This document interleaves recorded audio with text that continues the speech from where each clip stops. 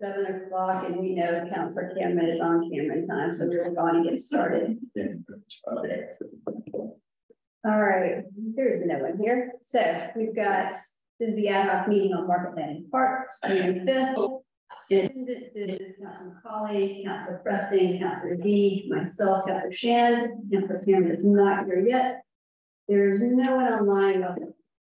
Sullivan from the Waterfront Trust, Richard Jones from the clerk's office, and Director Fort from Planning and Development.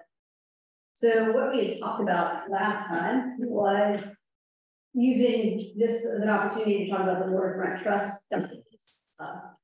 Director Fort wanted to actually do some sort of an overview. I think now that we all have our opportunity to do some reading of the historic documents, we all have an understanding of what's out there. But Andy, I was going to give you the floor to start. Oh, thank you. Through the chair, and obviously I'll give deference to others in the room like Rich Jones, who's been here and involved for some time, knows a lot of the history, and Councilor Hughes been involved with going back to the council's action in recent years, and the rest of the councilors.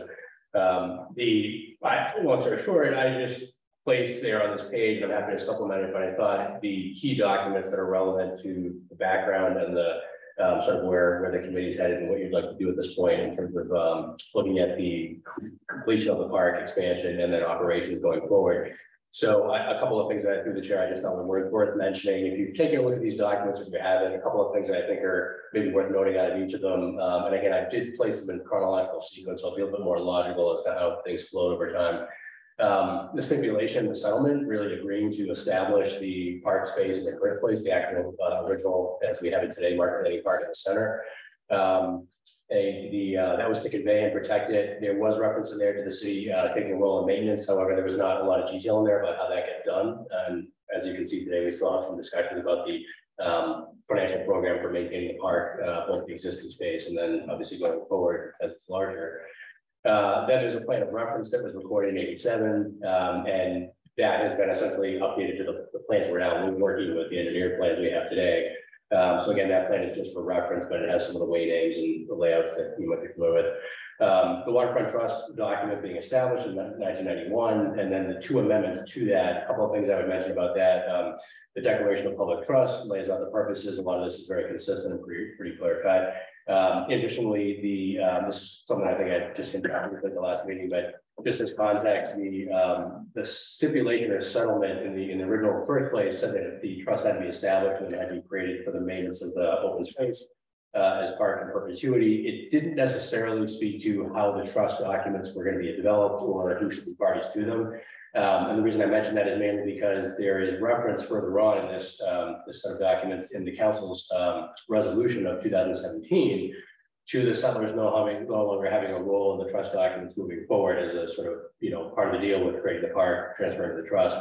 I mentioned this here mainly because the trust document is sort of established. I was not here at the time, but the trust document was established and said in the trust document that it can only be amended with the original signatories to the stipulation, not to the trust documents, to the stipulation. So it basically pulls in the settlers as a party to the trust documents, even though this is like what I would make here is just that it wasn't a legal requirement that the settlers be a part of that. It was agreed to by the mayor who signed this declaration of public trust at the time as one of the parties, but that's where the stipulation came that the settlers be a party to those documents. It does reiterate city's obligation to maintain and also a commitment to, generally speaking, without a whole lot of detail, address the expenses of the trust. The 1992 amendment to the trust documents, or sorry, 93 amendment to the trust documents. I don't think it, sorry, let me back up a second. The 1992 amendment to the original trust documents added in here, this is where we see the addition of the docks, moorings being added to sort of the scope, whereas originally the trust was dealing with the land side. This is where we see some formal addition of waterside references there to their role, even though that wasn't sort of the original program going back to the stipulation per se. So that's where we see that. Then it also added the firehouse patio lease, some basic terms for that. Then in 1993, there's the second amendment. I don't, and I'm happy to refer to others if they want to chime in, but I don't have anything in particular to note about that one, just in terms of the context of this committee or what you're working on. In 2017, as Councilor Dean had mentioned in the last meeting, there was a draft version of the ad hoc committee report, and then there was a final one that was issued in May. I'm just pointing to the final version here. I just thought there were technical things in there that might be worth just highlighting. Those are the executive summary section says the NRA. This was the framework. This is not a legal requirement, this document, but it was a best efforts basis later on in the special act that referred to this document. So the idea was that we would, as a best efforts in the city, try to implement the parameters that were outlined in this May 30th, 2017 order resolution. NRA grants all parcels to Waterfront Trust for public park and waterside uses, except Firehouse Patio. City leases the Firehouse Center, and it goes on to say custom house. City leases the custom house. We obviously that issue has been addressed already in the format. City takes exclusive easement to operate public parking in the east, west, and east parking lots, and that goes to, I know there was a discussion in the last meeting about whether the trust or the city or how we do it with financials. Here, at least at the time, the assumption was the city would continue to maintain and operate the parking areas on the NRA east and west lots. And then we hear a mention of submerged lands equitably split between the city and the Waterfront Trust. We've seen since then there's sort of 50-50 split there, put on record by the NRA before their dissolution. And then there's reference to construction of the expanded park contingent upon raising funds. The resolution goes on to reference the master plan that was outlined by the NRA at the time as a so-called Sitford-Ulick plan. There's a reference to a sketch that I had done and a COW plan, and essentially merging those together, the sort of essence of those. There's a bunch of bullets about that, but kind of outlining some of those pieces, including things like the Clipper City Rail Trail being a loop through there, and some other details. And then this goes on to make reference to the Waterfront Trust and the organization. There's reference to the settlers agreeing to sort of having themselves removed as a party. Composition of the trust being increased to 7, and some ex officio representation from the Harbor Commission and vice versa between the Harbor Commission and the Waterfront Trust. A couple of other particulars, reference to revenue stream, and then being relatively autonomous, if at all possible. And then goes on to say that the city is not obligated to fund the construction, maintenance, or replacement of any Waterfront Trust property, excepting the bulkhead. I think at the time that was based on that earlier premise that it was, the trust would be self-funding or autonomous, so to speak. And then the NRA grants, and there's a couple of bullets there. A couple of things like reference here we see to the embayment and the submerged lands upriver of the embayment, and then to this city. Submerged lands downriver of the embayment. So those are kind of some highlights, at least within that resolution from 2017. And then beyond that, we really see the home rule petition to the legislature, the final special act itself, which reiterates largely the same language. Some changes that the legislature made before adoption, but referencing basically the same protocols, said as a best effort basis, determining the facts and the details as the city may need. The city should try as a best effort to build out the park and do the other things sort of outlined in this resolution. And the resolution or the special act conveyed all the NRA funds to the city as well as the land. We started using the funds for design. Obviously, we rolled in here to the question of construction, but both all the land and the funds for remaining of the trust were transferred to the city. And then at the end, we see completion of Sasaki's design. There's a council order approving CPA bonding. There's a 1-year allocation of $250,000 and the $3 million bonding. And then there's a city council order approving the final plan, which was referenced in a October Sasaki back last year. And that leads us to today. Thank you. So hopefully everyone had a chance to read through them. I thought it was a good history lesson on all things waterfront. So I agree. So I do have some questions. I mean, Councilor and colleague, Jim brought up last time that y'all have been working on waterfront trust documents, and there was a amount of work that had been done, and y'all were 70% done and redoing them. What can you speak to that?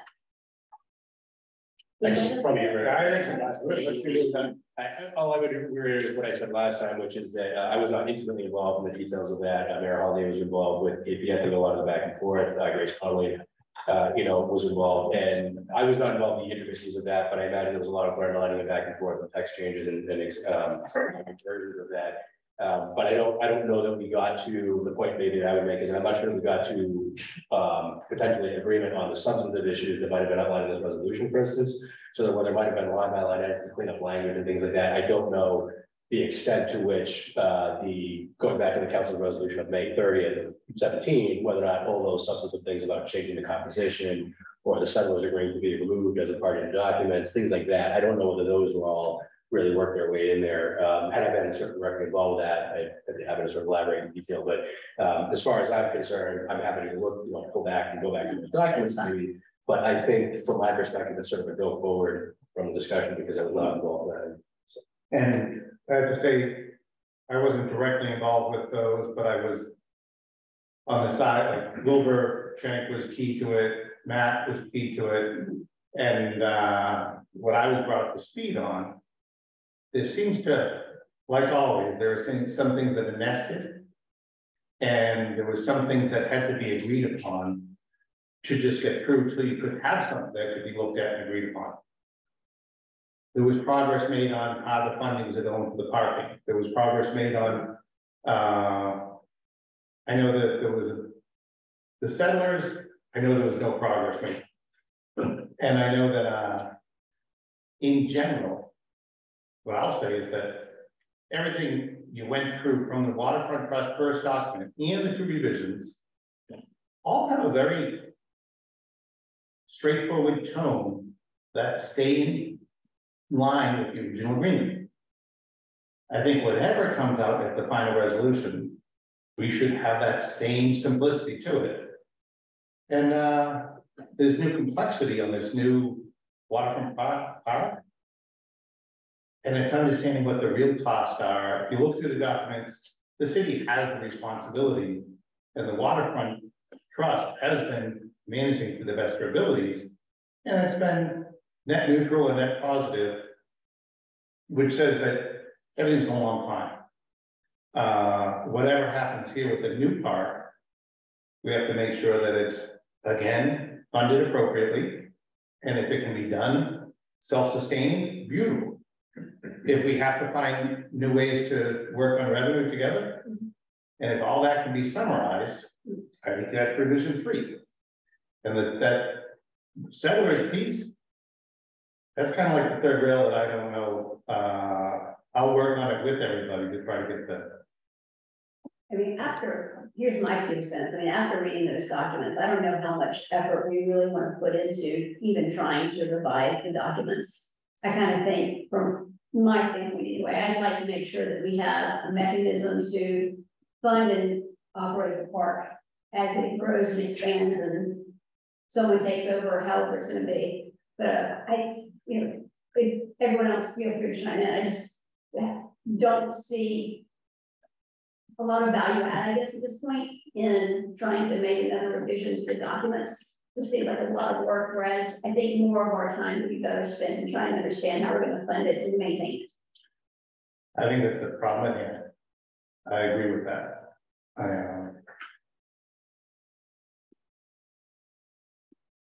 Yes, maybe naive question, but again, I have the least history in this. What is the settler's role at this point?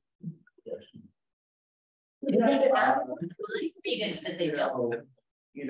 You need standing to be part of a settlement in court, and that was a big issue. And they don't cast anymore, right? Didn't the I thought 1992 gave them. But you notice in 1980, Bill Harris was sold to the attorney for both the individuals. And why are the individuals in there? Because they had standing as individuals.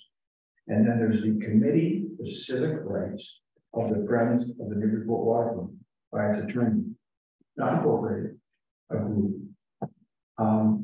So their role historically is probably important politically, but going forward, even if you were about to amend this original agreement or the trust agreement, and you have the city, that's pretty clear.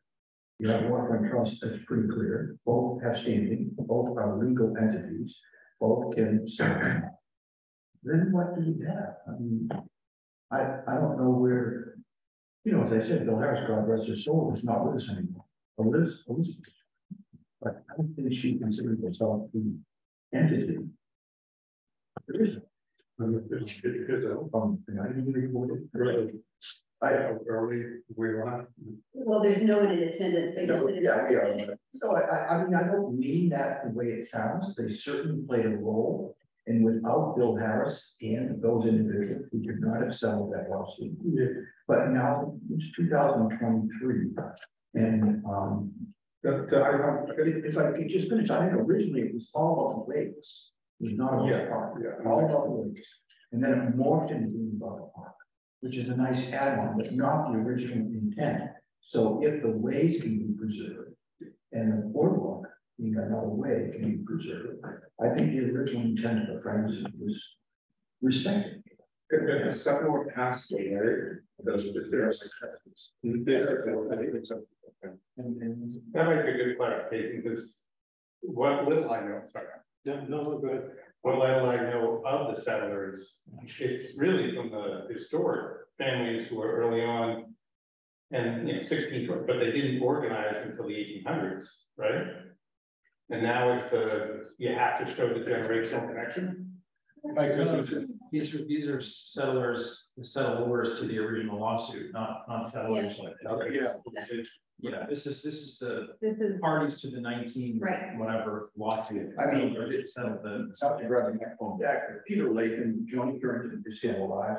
Tom Cannon, I don't know if he is. Bill Harris is not. Historical Survey Associates Inc. I don't. But they have named successors. There are people who have named. So The settlers have a role and had a role, right?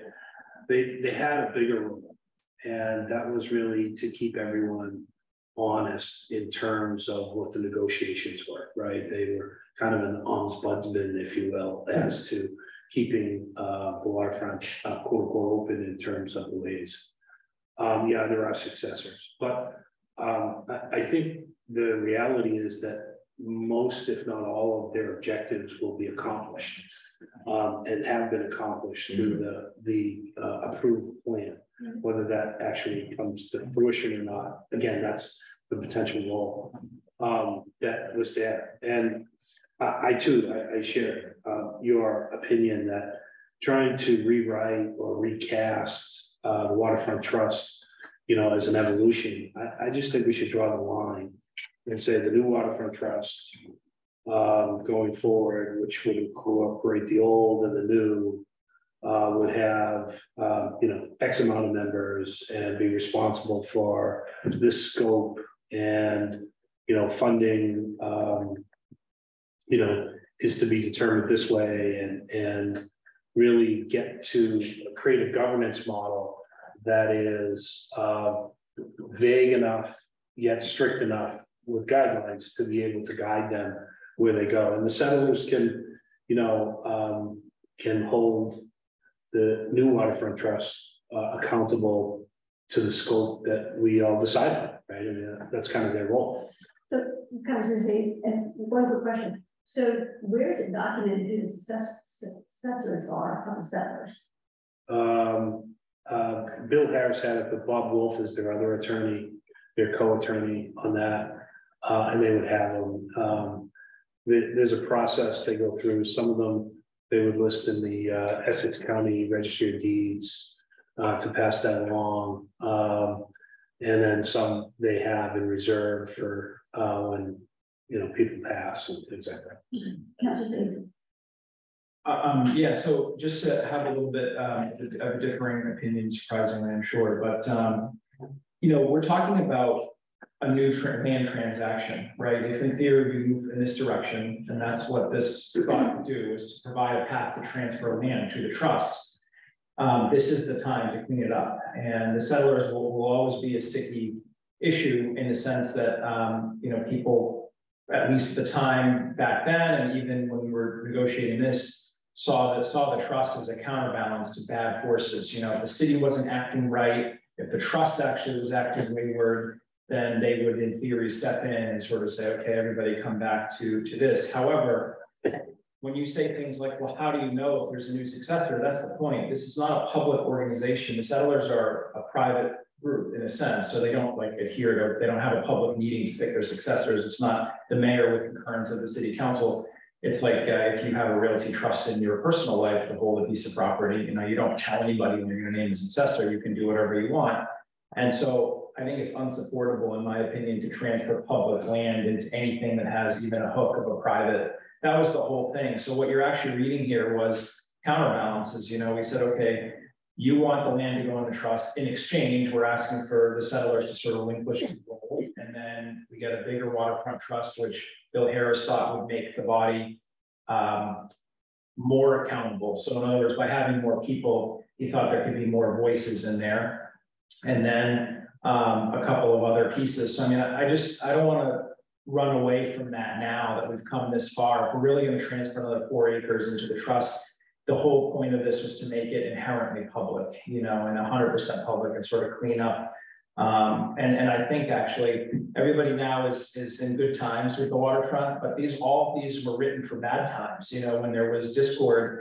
And I remember in the waning days of the negotiation, you know, that the submerged highlands that became 50% waterfront trust, you know, that could just as well go bad again in 20 or 30 years when a trust comes in and says, actually, you know, we should get this much money. Or the city could come and say, we're not sharing anything anymore on the revenue. So the last thing I'll say is that everybody thinks of this negotiation as a tripartite agreement, NRA, trust, and city, but it was actually a whatever the 4 version is of that, because the 4th leg was the settlers. So I mean, you had the trust, the NRA, and the settlers. The settlers and the trust are not the same thing. They're just not. And then you have the city.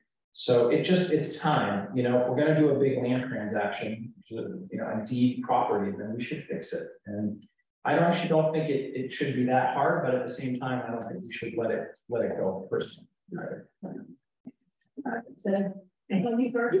I've got a lot of thoughts, but I did put up one thing right here, and maybe perhaps somewhere between Councilor Shannon and Councilor Z's points here is perhaps, at least before we go down that rabbit hole and having a discussion with that, because I do think, generally speaking, it seems to me that the park, the general public enjoying a bigger park should be perhaps the priority. Transferring the land as a formality to the waterfront trust is a second step to me. So to me, there could be more time with that, focusing on the construction and public enjoyment of the park space itself. That being said, I'm wondering if, at least before we go down that rabbit hole of reviewing the documents and going into that discussion again, because there could be all sorts of questions about different provisions and language and so forth. Perhaps there could be, if we're going to go there, if we could have some sort of high level agreement on the basic key elements that are, you know, sort of, you know, non-negotiable or really, you know, high points. Just so that we don't go down and discuss, like we've done with a few other things, like, you know, short-term achievements in other areas, you know, ordinance language, fine-grained details of a document like this, without having agreement on the basic parameters that are so important. So if we go back to the resolution 17 or any other, you know, listing that folks have, and the council has some, you know, 5 main things that have to be addressed, that would be good to have, I think, at the outset, knowing that those have to be included, rather than getting the weeds in the language and finding out that those key things are, to the point that you were making, I think, earlier. Okay, so Connie and the gentleman. So I was just going to say, so the 2017 ad hoc report under the Waterfront Trust reorganization is such that C says no further role for the 1980 litigant settlers under the NRA. But that was just a report. Yeah, this is So but that is the basis by which the Waterfront Trust is now redoing their documents. No, that was just a recommendation. I see. That was one of those things that didn't get worked out. Gotcha. Okay, now I understand. Thank you.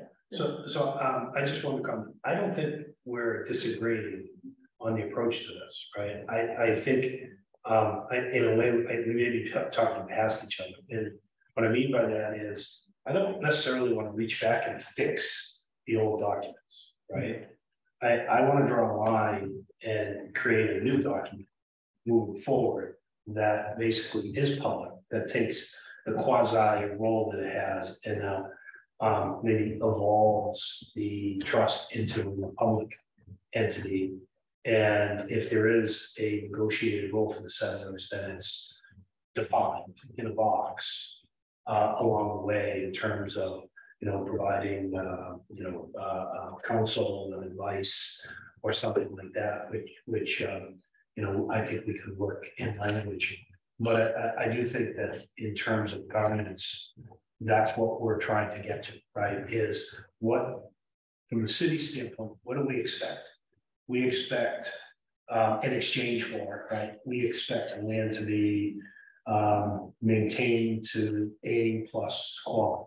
We expect a comprehensive user experience that is beautiful from day one. We expect a mix of passive park, and we expect some parking that's there, things like that to the director's point. And in return, the trust needs to know that there's going to be a revenue pile there so they can do that, right? And where is their checks and balances right now?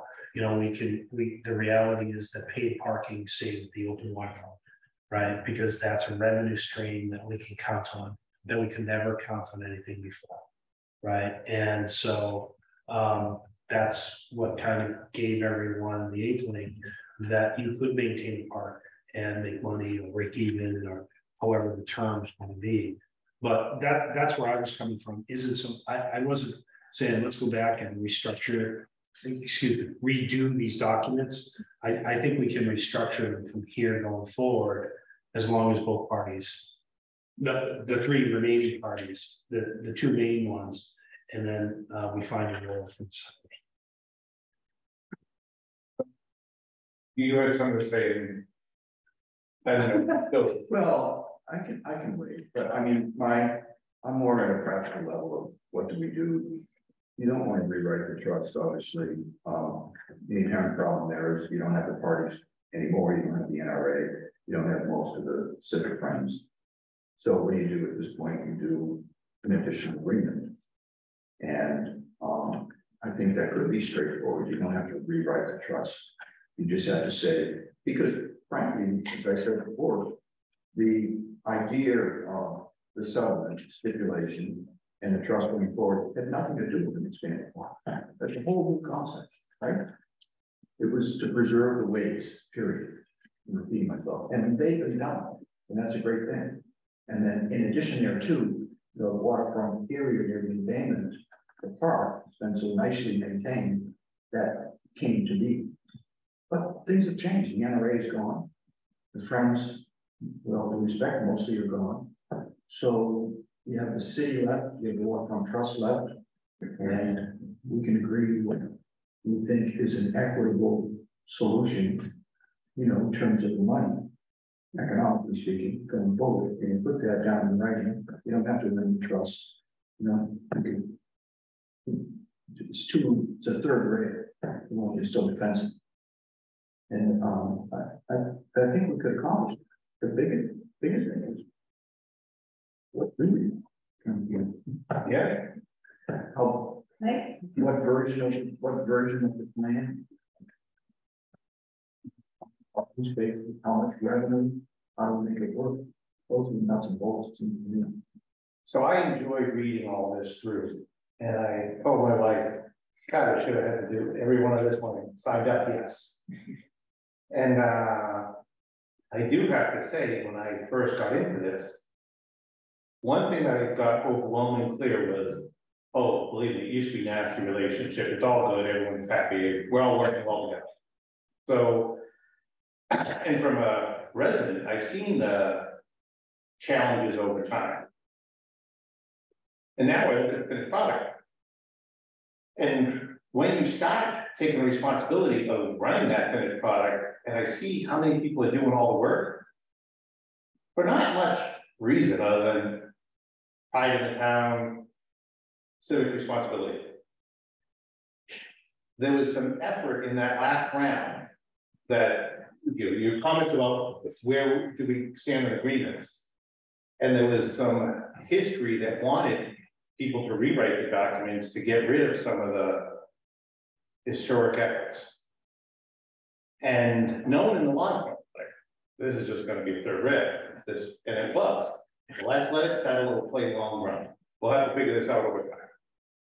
The big thing for me is when I read the document, it's crystal clear the city has the fiscal responsibility for the water. And the document stated. And then there's an evolution that the waterfront trust and the parking could make it self-sustainable. Then it's a personal, it's a responsibility, then if they fail, the city's gonna backstop it. Mm-hmm. And there was other things that we had a whole thing about indemnification of insurance. And it's mentioned like 3 times in different areas. It's crystal clear, that's you don't want anyone, myself, I wouldn't sign up for liability. Sure. Why? The settlers to me is about a backstop to the volunteers of the Waterfront Trust that we can't be held hostage on a political event over time. It just has to be, this document's so well written so far, like those revisions were simple. Whatever we should do, should have that thing that's a 50-year or 100-year plan. And let's figure out how to pay for the thing. And there's a job, once we do that, it's a bigger headache. It's a bigger part to have A+. And I'm worried about what happens when he is retires. What happens when, you know, we've got to maintain A+ for 50 years. And there is a piece that it can go south. A political pressure can crush a waterfront trust like that. So I'm glad no one does.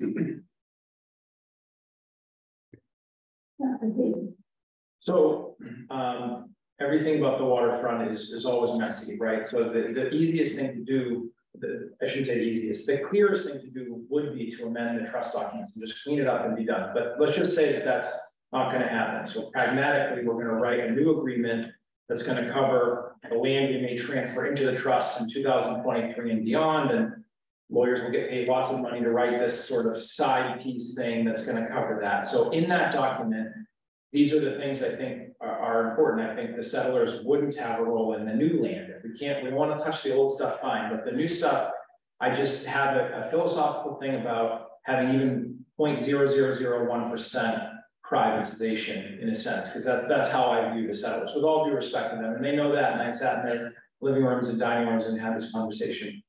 The second thing is the trust documents are simple, which is a positive. The negative is you keep saying the city has the financial responsibility. It holds the responsibility. Never defined what that was. And so that has become the last 40 years of conversation as we say $52,000 is enough. And you just take 3% inflation and that's enough. And then the trustees say it's not enough, right? We're trying to maintain to the standard. And just as a quick reminder, the reason there were 2 versions of the ad hoc was, one was city holds the financial responsibility. We offered to write a 1,000 million page document that would say like benches have a 9-year and 2-day lifespan. And after 9 years and 2 days, the city has a responsibility to replace. And then we had the second one, which was basically whatever the land can deliver is what is enough. And so the first one was rejected. The city holds the responsibility. That was rejected by the trustees and the settlers at the time. They did not want that. They never felt the agreement could be specific enough. They never thought the city would actually honor that, etc. So he went with option 2, which was pulling the chestnuts out of the. I mean, that deal was dead. I mean, that second version came out, and we finally came to an agreement. So what I'm trying to circle around is, you know, Ethan told us you get $200 and whatever $1,000 a year out of the 2 lots, 215K or something like that. You have the 70K out of the Riverside, which is now more, now it's 90 or something like that. It recently went up. So we're circling around a number that probably is in the $300,000 ballpark. And I'm more than happy to go with a side or a new agreement if it finally, once and for all, defines that it's going to be the 75% of the east and west revenue from parking plus 100% of meter revenue from Riverside. City is officially going to keep the ticket revenue, et cetera. And we're just going to put this to bed.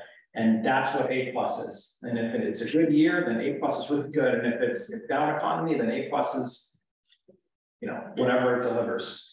And we've already had this debate. So I'm wary of going back to this like generic, like the city has a responsibility, which is always a hot potato. And then that's where the politics comes in, because in some years there's more attention on it, in other years, especially if we fortunately haven't had a bad economy in a while, but that's when things pull back and everybody says, okay, you're not needing it anymore. So I personally think that tying it to the revenues is fine. I do think that some percentage of it should be held, has to be held sort of in trust, you know, for capital. So you can say, okay, whatever you generate out of there, you have to pay the parking clerk to run it. Then you have 75-25 split. And then you can eat whatever it throws off in terms of interest. And then the Riverside lot is this hot potato every 3 years, but I mean, it basically is like 90 grand a year. That's, I mean, it's not that, the numbers aren't that big and there's not that many of them, but that's, and we wrote in the home rule that the money would be held for it. So we've done a good thing with that. I mean, that's sort of unpractical, which is nice. If I was to ask you a question, if the city was to run it, as a full, the waterfront trust didn't exist, it was the full responsibility of the city. Do you have an idea of what the budget would be for something like that? Well, I shouldn't answer for everybody, but I can tell you the waterfront trust. So you can just basically compare ratios of, we have 26 parks in the department with a budget of, I think it's around 400K is what memory is telling me right now. So 26 for 400. That's all of that. All of that is, you know, we have this DPS Parks Division. We budget 400K for 26 parks. You can do the math on that. And then the Waterfront Trust is definitely spending circles around us on a per park basis. Granted, none of them are as expansive as, you know, for the most part, but you know, that includes Atkinson and Barton now and all of the sports fields.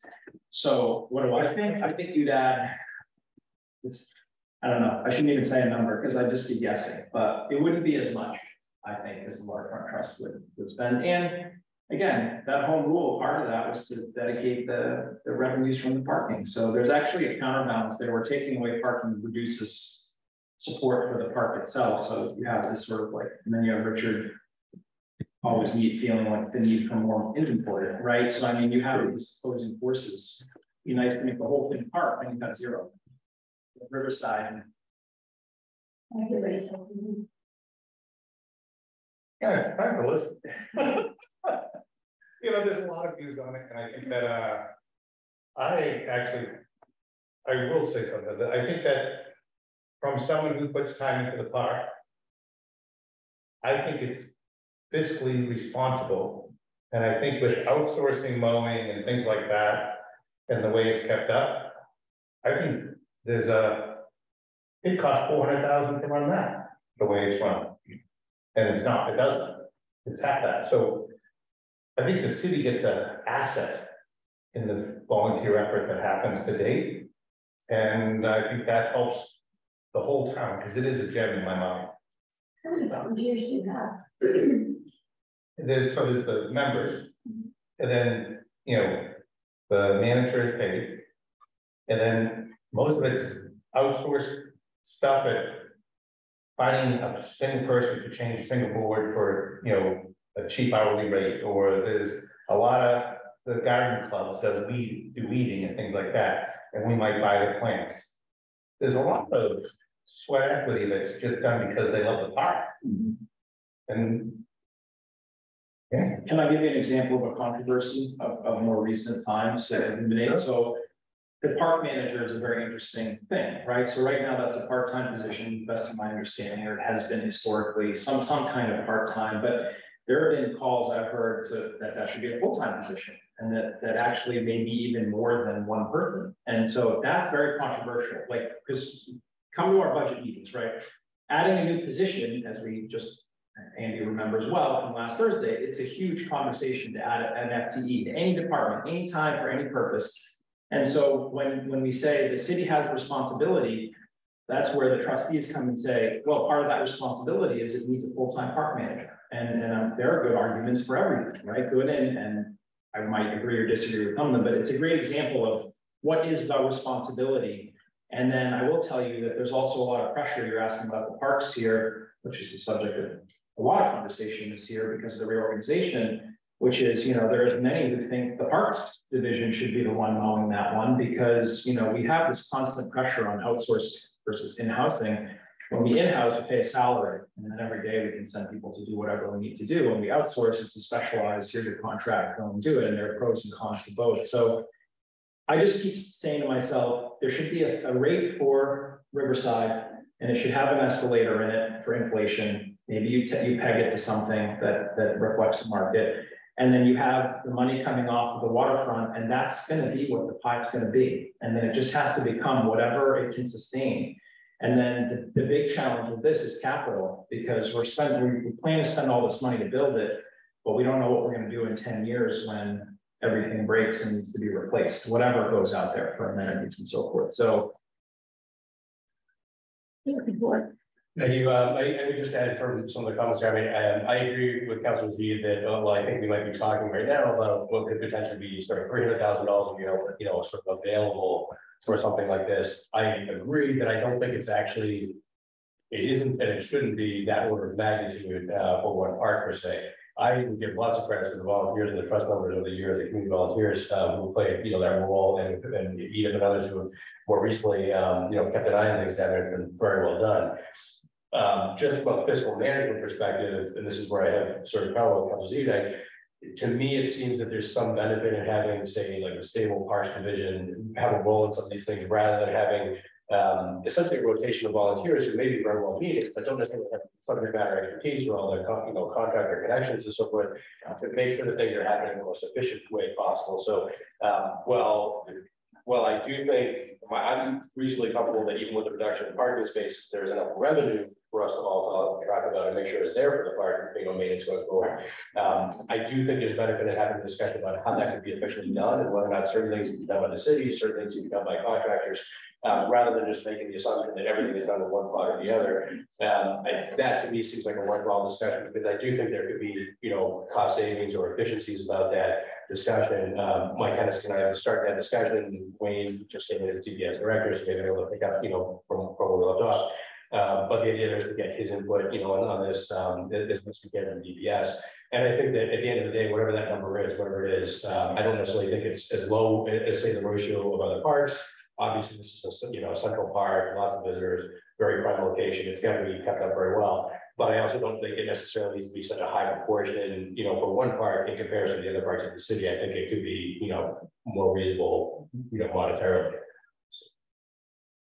Yeah, so I think we've kind of coalesced around discussion around funding and the money, right? Because that would seem to drive the level of effort. But there's a couple of things here.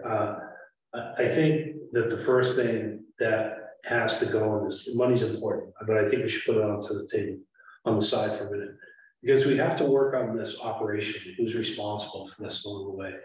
And when we talk about things like outsourcing versus insourcing, I'll remind you that whatever budget we have in parks right now, half of the parks, especially in the outer rewards, are C- and below. Mm-hmm. And the Parks Department will admit that going forward. So let's not kid ourselves. I know that the MAL, for example, buried in their appropriation, I'm learning is a parks manager, right? A headcount that is dedicated to maintaining the water quality that goes on there. So if we want quality, that's what we have to do. So again, put that on the finance part of that, which is important. But I do think that getting back to that is, I think we're, in a decision tree, we say, do we want the Waterfront Trust to expand the scope that they're doing today? Or does the city want to take it over and assume all those responsibilities? And then if we say the Waterfront Trust should be the entity that expands and takes that, then within that, you could say, listen, there might be opportunities where the Waterfront Trust, through efficiencies, can hire the city to do some of the landscaping along the way. That would save some money. I think DPS has to go through a manner of being able to cross-charge the different departments. When they do work for the schools, they should be able to charge for that, at least from a budget perspective, so we know where that money goes. It's not uncommon in the private sector where one group does work for another group and kind of gets compensated for it. And that will put some pressure on maybe some of the bids that the Waterfront Trust does get along the way, if they know there's competition, et cetera, along the way. I think competition is good in all of those aspects. But I think that the point I'm trying to make here up front is operationally, I think we have to figure out who's going to run this, right? Who's going to run the park, whether we like it or we don't like it, or the pricing or whatever the case may be, and then add back in the pricing that says, how do we make it more efficient? How do we coalesce around a certain number? How do we fund it, et cetera, along the way?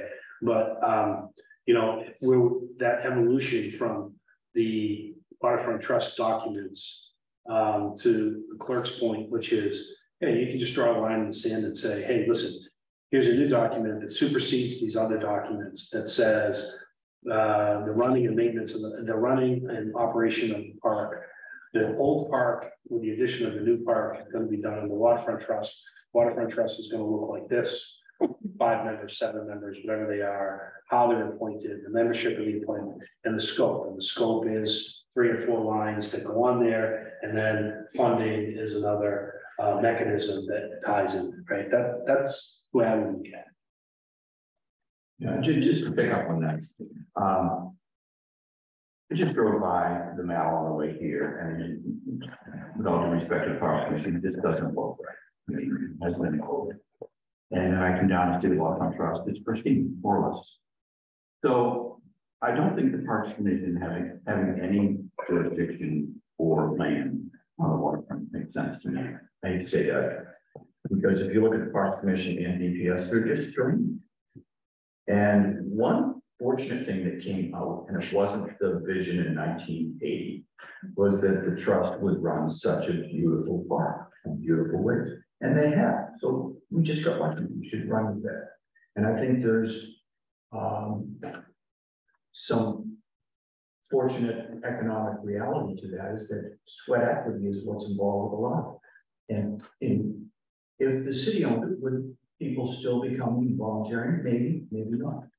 There's I hate to say it, but there's a good feeling about the trust in the public out there, that they're doing it on a volunteer basis. Let's go help them.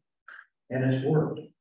I just throw one question out in the back of my mind. So we have so many acres.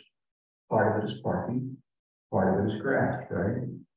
So it seems to me pretty straightforward that would be transferred to the trust, to amend something simple, you know, to rewrite the trust.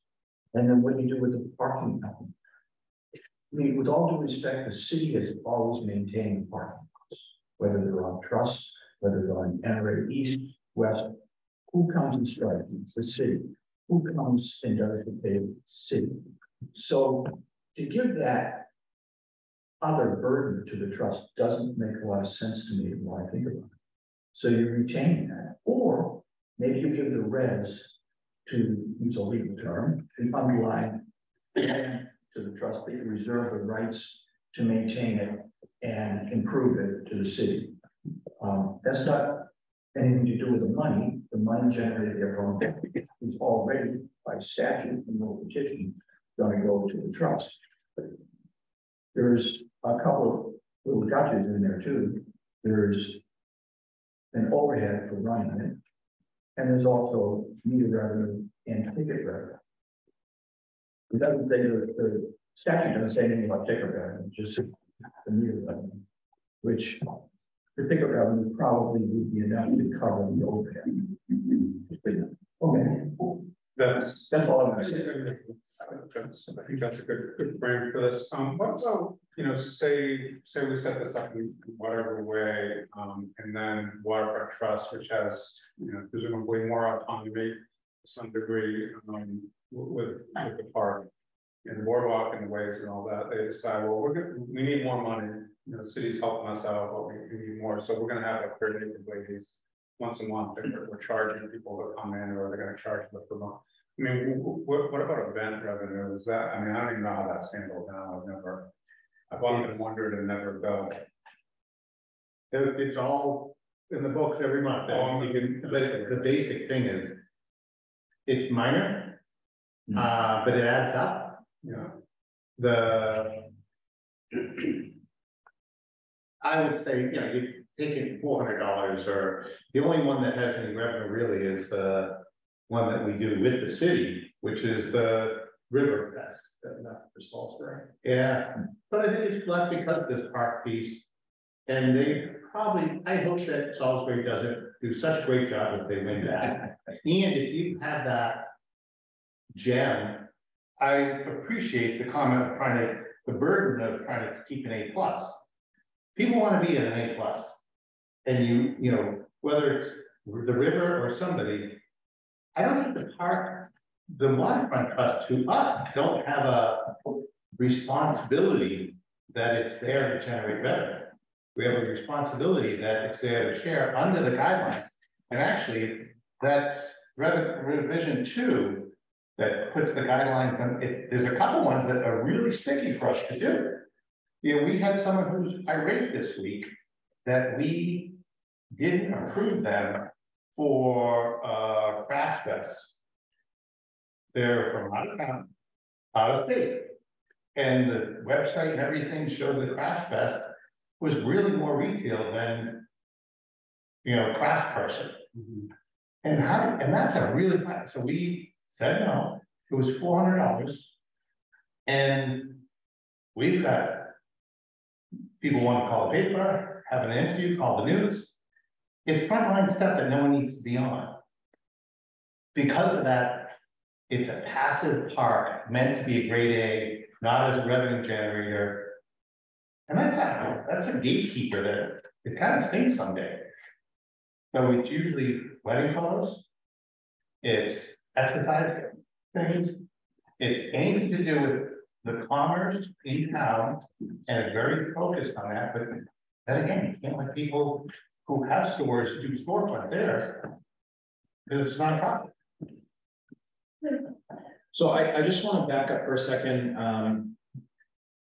So on the topic of the money, you know, the nice thing about the numbers is they're just the numbers. So I mean, I just want to say again, there's only a couple of places to get money from. There's the Riverside lot, there's the East and West lots, and technically there's the submerged highlands. That's it. And so where Andy, maybe where you and I are disagreeing a little bit is, I don't see the money the city taking general fund money and putting it into the waterfront park. I also don't see the waterfront park throwing money back out to the city.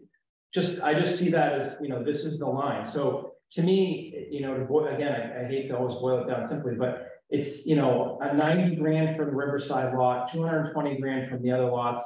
The submerged highlands equates to about 5,000.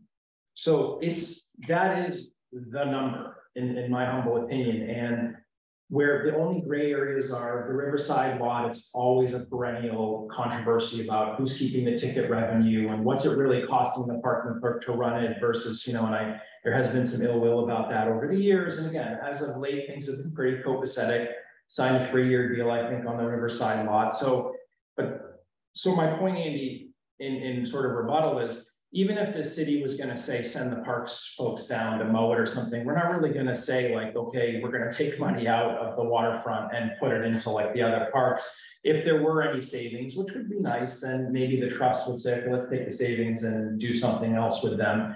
So I'm just trying to get everybody to come around to this idea to convince you that you sort of are dealing with a finite pot of money. And really the only debate here is, in my humble opinion, and one thing I would like to see is how much do we ask sort of, or demand, I don't know what the right word is, the trust to sort of hold in reserve, you know, to hold back something so there can be some kind of fund that builds up over time to handle capital needs as they become a reality. So once we finish spending this $6, $10, $12 million over the many phases of the project, that there can actually be something building up over time. As far as the governance goes, you know, the trust is effectively like a specialized Parks Commission, right? So I mean, the same way you have oversight of the Parks Commission, you have over the trust in some ways, and this is where the trust division. So with the Parks Commission, they are essentially a spawn of the city council. We created them by ordinance. We offloaded our own power on the council to this Parks Commission because simply we don't have the time or expertise to deal with it. However, when necessary, we have pulled some of that back in. We did that with fees. We said, fine, you guys are not setting fees consistently, you're not charging them, so we're going to set up a schedule for you.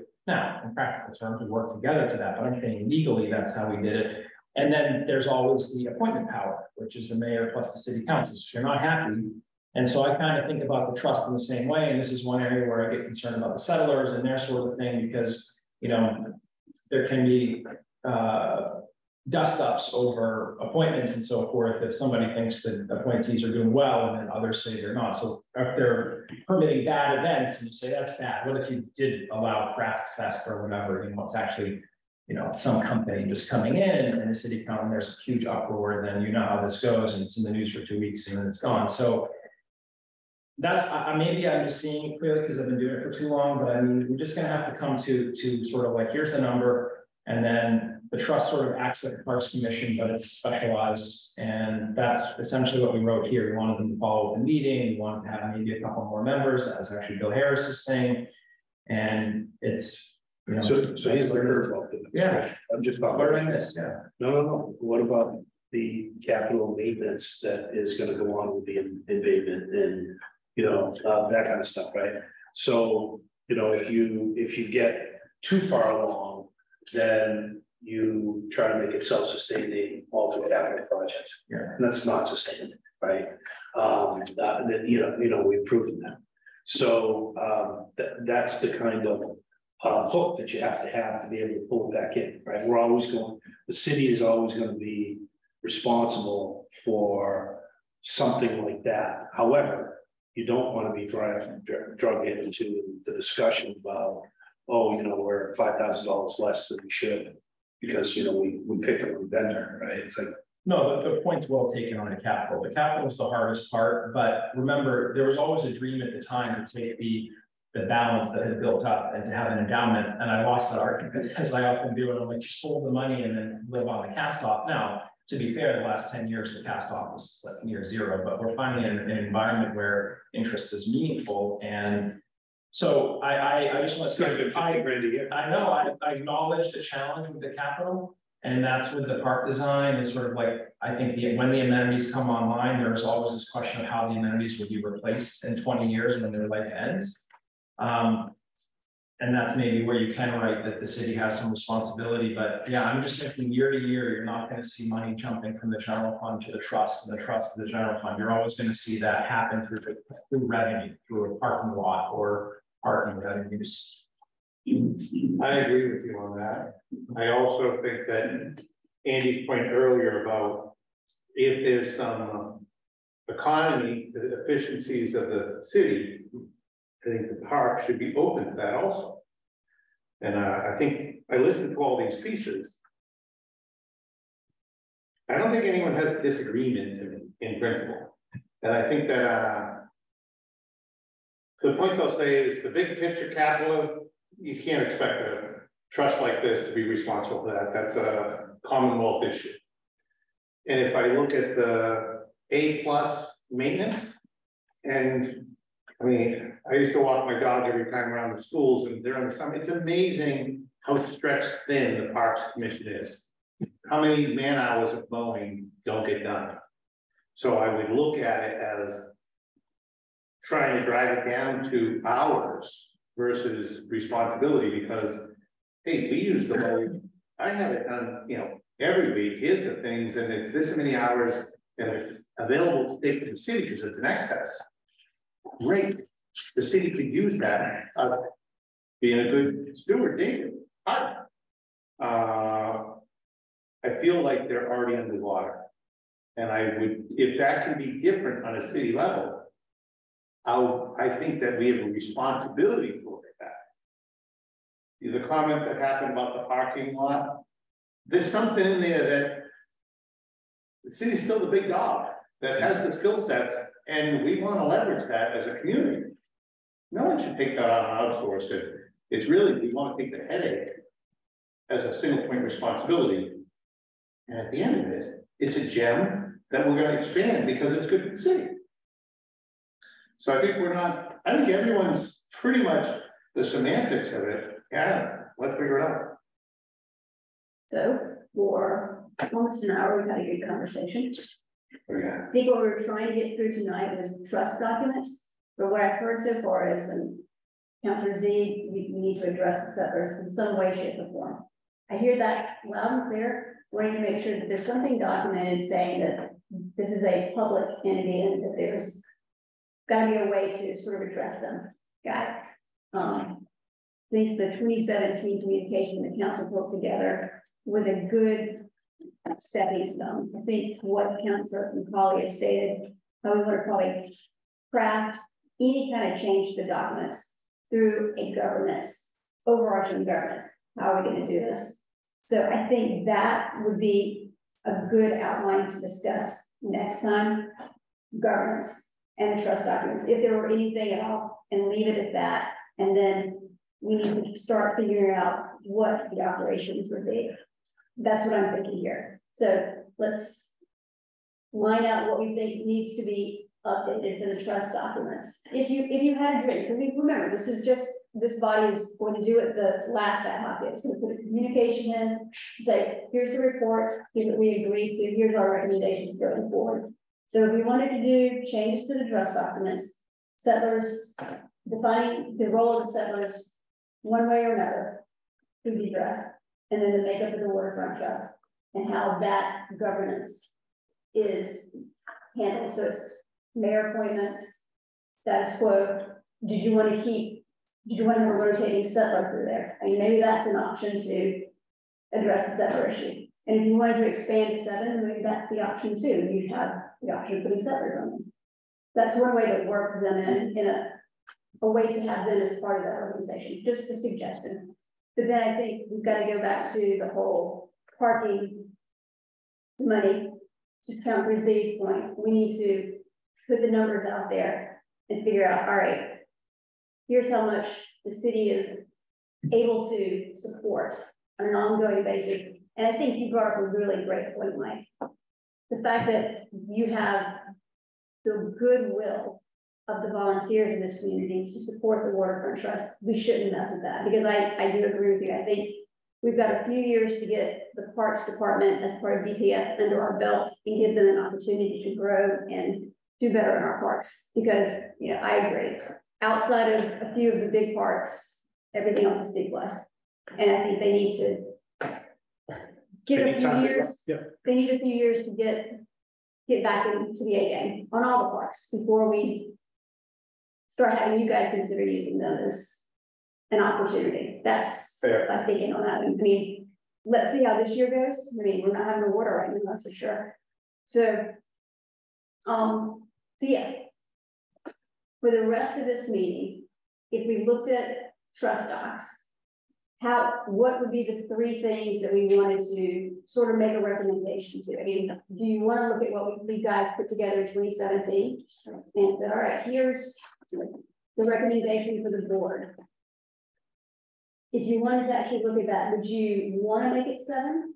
Would you want to have settlers be a rotating member to the board? Is that one way to keep them involved and engaged? Is that something that we would even want to bring up as a suggestion? Go ahead. The trustees would like it 7.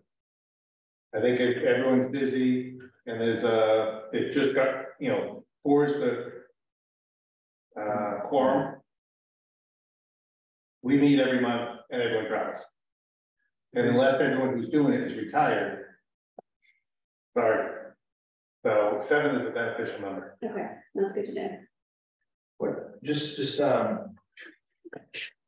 it's funny because the trend on other things is smaller now, ironically, right? Things have been going the other way. We just reduced our planning board from 9 to 7. We're not going to fill roles. Sometimes we wish the city council was 1.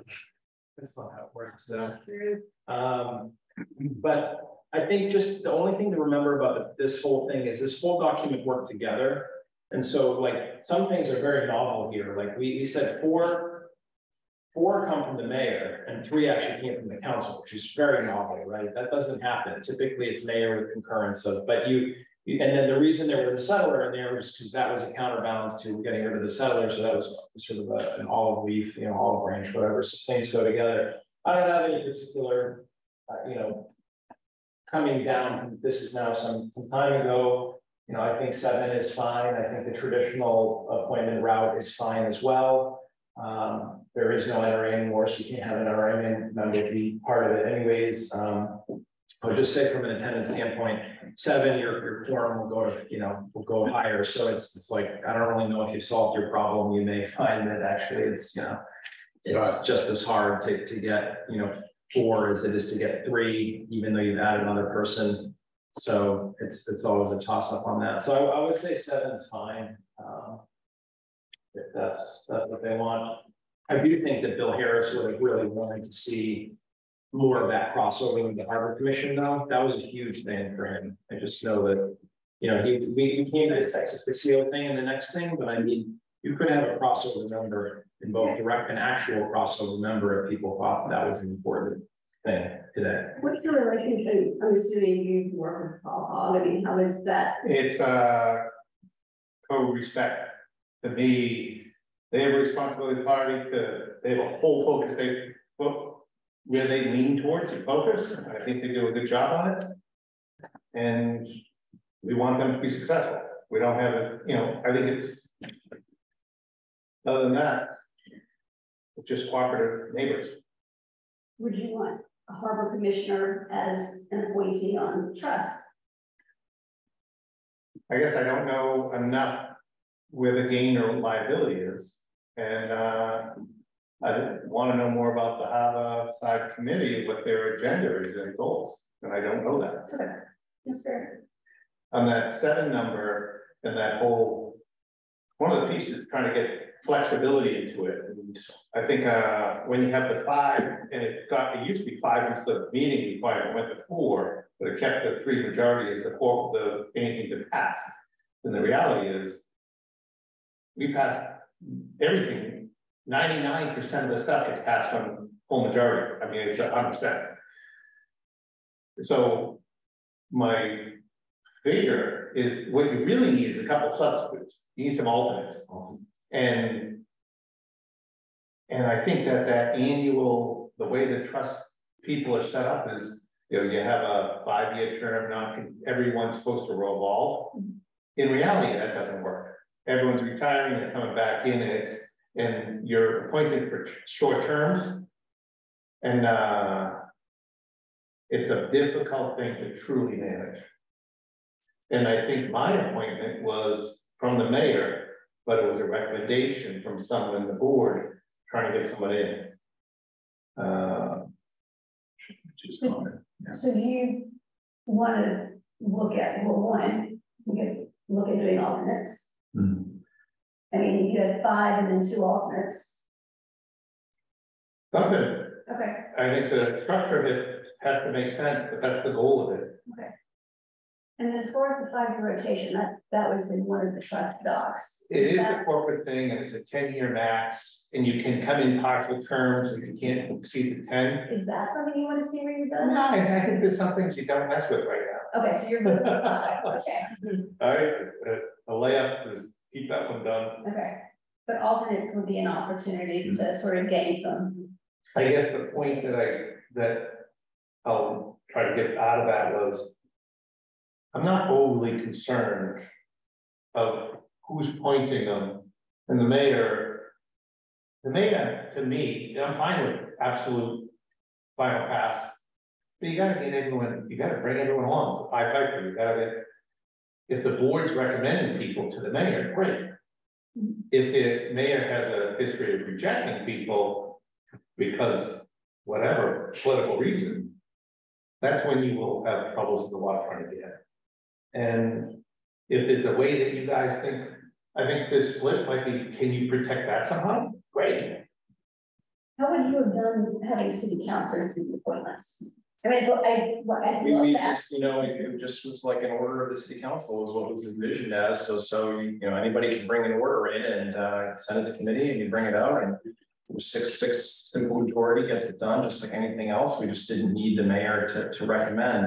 I mean, you know, it's sort of like the governor's appointee on the NRA. I think it was 6 and 1, 6, and then 1 was appointed by the governor. Now, in practical terms, it wasn't always the governor coming down to Newburyport of all places and saying, here's who should be a redevelopment authority. But again, things are not written for the best of times, they're written for the worst of times. And so, you know, it was meant to be a balance. That was actually the product of, you know, it's kind of interesting, like the settlers and hearing the history, and they sort of thought, well, you know, there could be years where you have no influence with the mayor, but you could plead your case to the city council, and if you get some measure of concurrence from the council, they could act as a backstop instead of just rejecting appointees constantly from the mayor, which would be your only other power otherwise would be to say no. So, you know, this is definitely was contrary to our charter in that sort of sense, but that again is the whole thing with the trust is it's its own animal. It's sort of extra charter. It's out of, it's some ways it's its own thing. It's outside of it, so. I feel like sometimes if you fertilize it right, it'll grow it. If you manage it by squeezing it, no one wants to be there. I like the 5 and 2. I like that idea. I think that's a good way to give some comfort to the members. Like you can always do business, and that because you're right. You want to attract a wide range of people. People who have jobs, people with the travel, people with families, people who are retired, everybody in between. And you struggle with that if you have to be somewhere every month. Zoom has made it a little bit easier, but it's still nice to have. When you say 5 and 2, does that mean 5 members and 2 alternates? Yeah. Yeah, like the zoning board, and that does give you the advantage of a lower quorum. Right, 3. And I don't mind up in the needed to pass. The simple majority might be 4, not 3. You know, and I don't mind, because you should get, do we want to pay this person? Hey, and the toughest things are up in the boat charter rents and getting who, when you disqualify or who you say yes to on events. Those are the ones that get you thinking. Well, again, I'm just going to keep saying these things that come up, right? So fee setting is a very interesting area, right? Because again, I mentioned the Parks Commission as an example.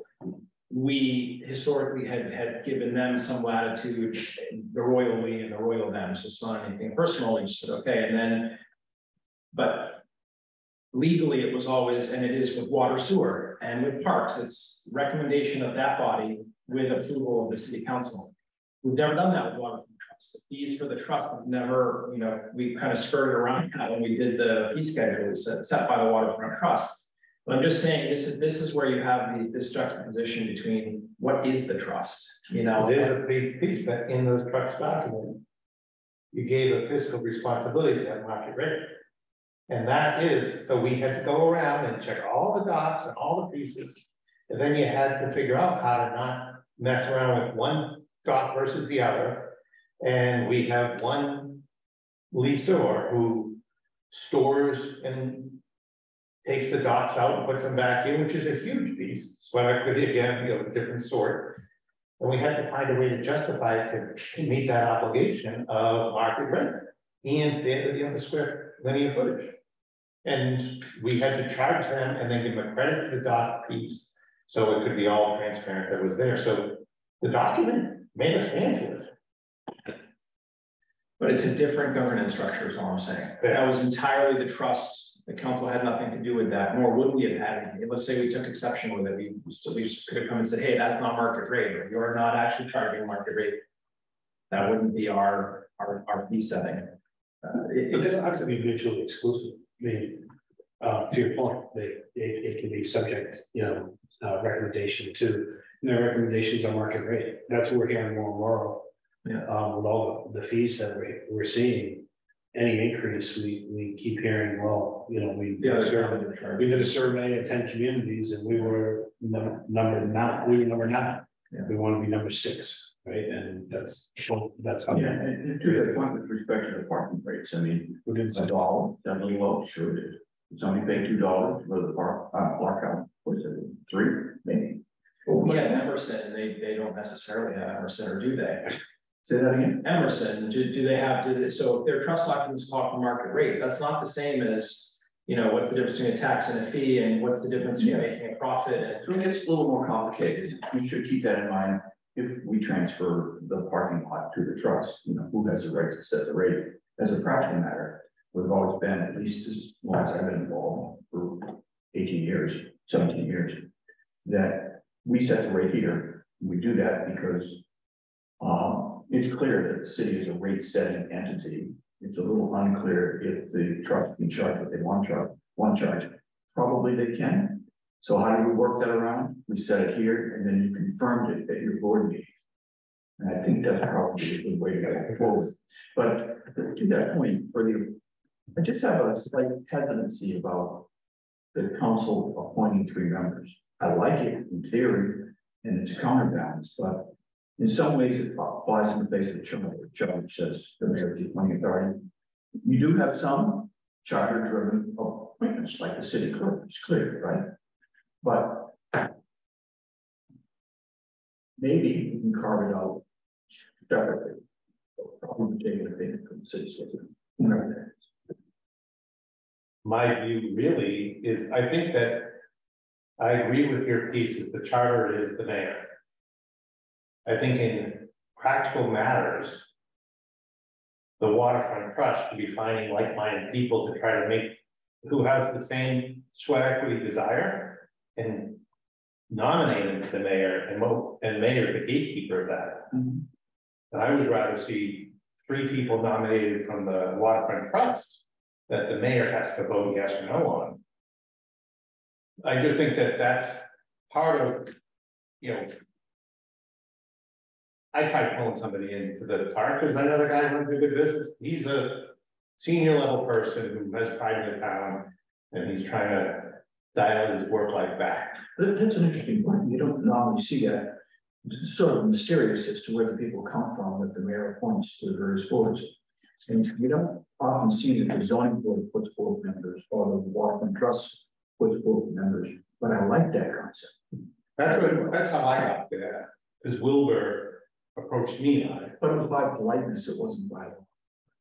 100%. And the mayor had to green light me, or not.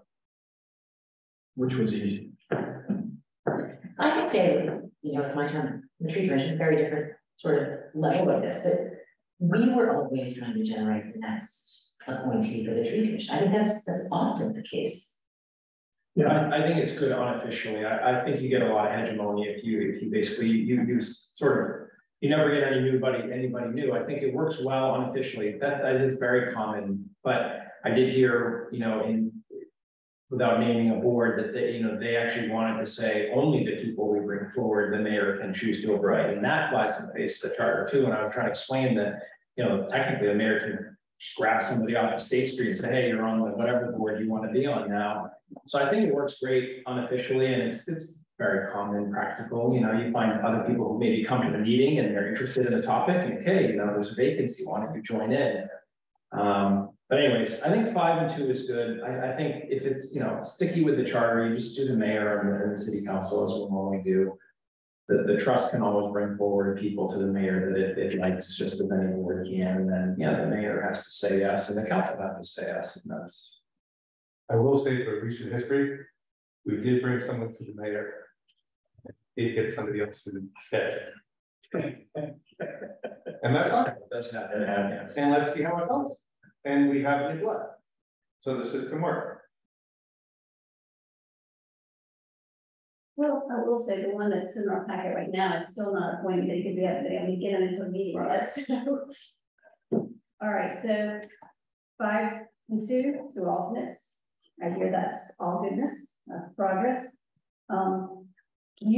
Mike, can you do some research on your own about the public commission and how that works? Sure. Yeah. Let's see how that coalesces as ex officio or actual members. Can I ask you, sorry, to where you're going? I mean, do we feel that we can say that the mayor should is? Or is that still a huge problem? To me, it doesn't. It's hard for me. It's the charter, but also it's you know, which 5 does the mayor do and which 2 does the city council do? You know, like that would get a little. It would get, yeah. It just seems impractical. Right. I mean, to your point, you know, this is written for worse times. Sometimes, but yeah. I do think that. I was going to say, we just came from a committee, you know, we just came from an era where, you know, the mayor had appointed a board slanted towards the opinion that she, right? We came from that, and we always want to have a good balance. So we saw the excess of the one because of time and effort and all of that, and we want to be able to have both of that going forward. The only comment I'd make about the Harbor Commission is that while you're together, you're also in a way competing, right? So you're in a cooperation kind of way in terms of you want to cooperate in 90% of the things, but there are some things that you do compete with, and that, you know, having ex officio or attending your meetings is preferred as opposed to being part of part of it, right? Because you could be voting, you could be voting for something that is unethical, right? And you're reaching out. Who do they report to? Like, I kind of think of the same thing. Both of us work on as a extension of the city with responsibilities under whatever documents we have. Except they're an enterprise fund, so that they're truly self-sustaining. Okay. They live on their fees. And the city manages that to some extent? Yeah. Right. They, I mean, they have the harbor masters, the sort of the city, the staff liaison, but I mean. This is controversial, and it's not right to say they work for the city council, but in a sense, like, if they fall down on money, it does fall on us. The general fund is the backstop for all. So I mean, when you say who do they work for, we're not their boss per se, but I mean, we do have oversight over them in the sense that their budgets, you know, the harbor is in front of us right now, which is the harbor master and with the harbor commission to operate them together. Again, difference from the trust. There's no trust budget in front of us, so that's different. It's just a difference. In the way you both had just stated, I don't see a benefit of intermingling them. Well, I would like to agree, except that the submerged tidelands are now 50-50 ownership. So that was an 11th-hour NRA decision that we can't necessarily undo. You have a partner with You have, yeah, unfortunately, they built a joint venture at 11:59 p.m. and they just said bye. And so there was no paper with it, which has been one of my pet peeves the last couple of years. But that's all. I think just having that, I mean, I agree that maybe having voting could put somebody in a pickle with this sort of conflict of interest. Like, it's bad for one board, it's good for the other one, but I'm on both, so how do I vote? But I think an ex officio was sort of a good, you know, just a way to know what they were doing and vice versa. So maybe that's the ones, maybe that was a proven balance. Okay, so 5 members, 2 alternates, and an ex officio of the harbor master. Sorry, harbor commission.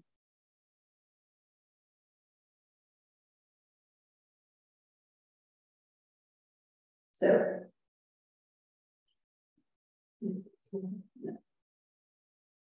So it is 8:22. We're not going to do late nights. What we've heard tonight, I think, is there's certainly a desire to at least find a place for the settler, one way or the other, try to work that out. Not being try not to make it a third rail, but if there's a way we can put them in as maybe one of the alternates, or rotating alternate, maybe that's an option. This is just a recommendation going forward. For the next meeting, Mike, I'll just give you the homework on the harbor commission that if ex officio works, that's great. Well, let's start thinking about the governance piece that Councilman Colley brought up. I think that's the governance and the funding, money. Let's start thinking about those calculations and what that would look like as far as governance goes. I think that's correct report. Sorry, if I could, just circling back on discussion earlier on that. The point I was trying to make earlier, I just want to emphasize again is I don't have any preference as to how the money is moved around, so to speak. That wasn't the point I was trying to make earlier. What I was trying to suggest is that I think that the order of magnitude of the funding is probably sufficient to maintain the park. It's more than about the details of sort of which funding is being used, how it's being managed, and so forth. I wasn't trying to say that it should be, you know, money to go this way or that way. The other thing I would just say about that, and it's the funding question, is I do still think it makes sense to have some input, whether it's from our park department or division or whatever it may be, just from the professionals who constantly deal with park maintenance, irrespective of the fact that we have discussion about current, you know, bandwidth and whether or not they can take it on or like that. Only because to me, it's sort of, you know, consistent, you know, full-time, you know, if you will, city employees who have some sort of constancy may be beneficial to the discussion of the cost and the fiscal responsibility or fiduciary duty we have to manage the funds. And so at the end of the day, whatever that outcome is, whatever that cost is, whether it's, you know, 100,000 or 300,000, at least it'll be based in the best possible financial situation, which is ultimately speaking, I understand the original origins of this, you know, extent of the committee was to deal with the operation and maintenance. That goes a little bit to the discussion of the governance of the waterfront trust, but I think it also goes to making sure we're spending, you know, enough money, but responsible, right? And we're doing, you know, parking that maintained well, but with a responsible amount of money. and Mike can see as part of this, and I'm hesitant to start bringing Mike in for meetings in the summertime, because I have a feeling he's probably looking for all the 14-hour days. but- Agreed. No, I agree. I want to have him come in and maybe not the next meeting, but probably our August meeting, maybe. I think our July meeting, let's try to get grounded on the governance, the trust docs here. Let's think about what we talked about tonight, think about the governance, and then let's start talking about the overarching how financing would look. And then to your point, Andy and Mike, I mean, it makes sense for the trust to utilize the parks when they can. It should be a partnership. It shouldn't be something that we're doing this way. But I think with the reorganization of the parks at this point in time, they need to get under, they need to start operating, fixing the 26 parks we've got before we start. Sure, Let's but I would use, dispute that, let's use the goodwill that the trust has got with volunteers right now. Because I mean, it is a genuine, right, give us some time and then bring Mike into the conversation. How do we go forward utilizing parks in the future? But yeah, for right now, let's give them an opportunity to get grounded this year. Just one point on that. We may want to, in our deliberations, think about instead of parks only, but talk about it as DPS. Because DPS has a broad range of capabilities, parks being just, parks maintenance. And if we take parks maintenance, again, off to the side, then DPS could be a world of resource for this and any other group that goes on. You're right. It is DPS, the overarching. It's a good point. Yeah, I mean, to that point, the parking lots, which are a certain large percentage of what we're talking about, it's DPS. The lighting and all that, the lighting, the paving, the striping. I think there's already a pretty good working relationship with DPS. Yes. And I think that we get more guidance of, we really can't take it on, could you go and do it? Great. But it's that's the way it works day to day. We'd like them to do it. Because they got the best tool for it sometimes.